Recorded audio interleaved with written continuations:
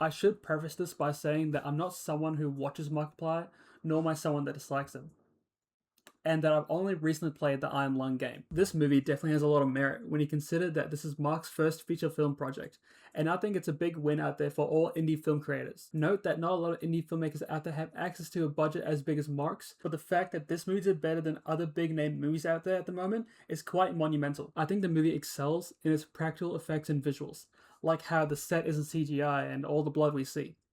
I can't recall any moments where I had thought, oh, the effects here seem very lackluster, or strange, or cheap. There were lots of practical effects in the movies, which is always something to appreciate. The Iron Lung submarine itself in the movie felt very one to the one in the game, with that glowing green button on the wall and that unlit and lonely atmosphere.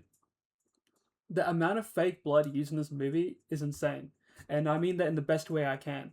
It definitely blows movies like Evil Dead 2 out of the water when we're looking at how much fake blood was used. Markiplier's acting is quite jarring at first because you first see the movie and think, oh, this is a YouTube guy, but I reckon that feeling starts to fade over a little while later. The movie has a runtime of about 2 hours, and I think that runs a little bit longer than it needs to be, given the game itself is only about an hour long. Moments of the movie felt very repetitive and overplayed, with constantly cutting back and forth to random blood dripping spots, Simon flinching to different angles and back to his panel.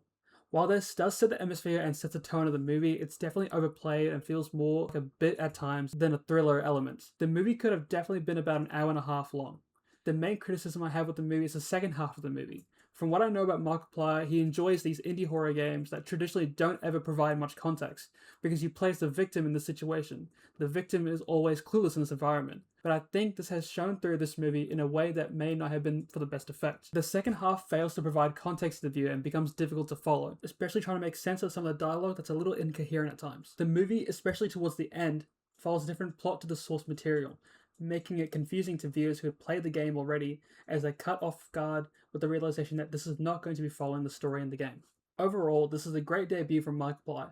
Visually, the movie was impressive. I do hope he works on trying to be a bit more favourable to the viewer and giving more of an exposition for the plot, and cut out details that may not be needed.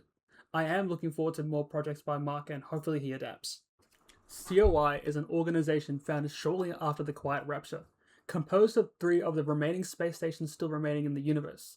Eden, at least in the movie, is the home of the last tree and is a colony of humans on Mars, or at least was near Mars.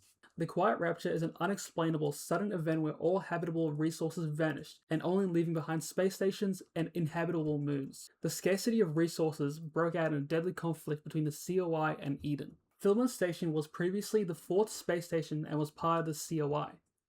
Eden, which included Simon, had attacked the space station and resorted to compromising the station by destroying it, resulting in the deaths of 62 people. Viewers who had played the game have to ditch some of their understanding about the game and adapt to this new knowledge of the light contributing a lot more to the plot, and the sea monster being a result of the light. Following the interpretation by user CoatNTails on Reddit, we can see there's an element of unknowing to the movie, that we don't get to know things and we have to be confused with what's real and what's fake alongside Simon. There's varying factors that allude to Simon experiencing delusions and hallucinations, such as being alone in a small space for such a long time, drinking the alcohol, scared out of his mind, etc. But we know these events are real when Simon is able to survive in the ship 2 days after since his last contact with Eva, and somehow gained more oxygen in the ship, which shows there's a lot more going on here, something we aren't able to fully comprehend, and neither can Simon. The monster we hear from near the end is most likely to be crew members on board the SM-8, the broken ship Simon finds. Unclear of the exact cause,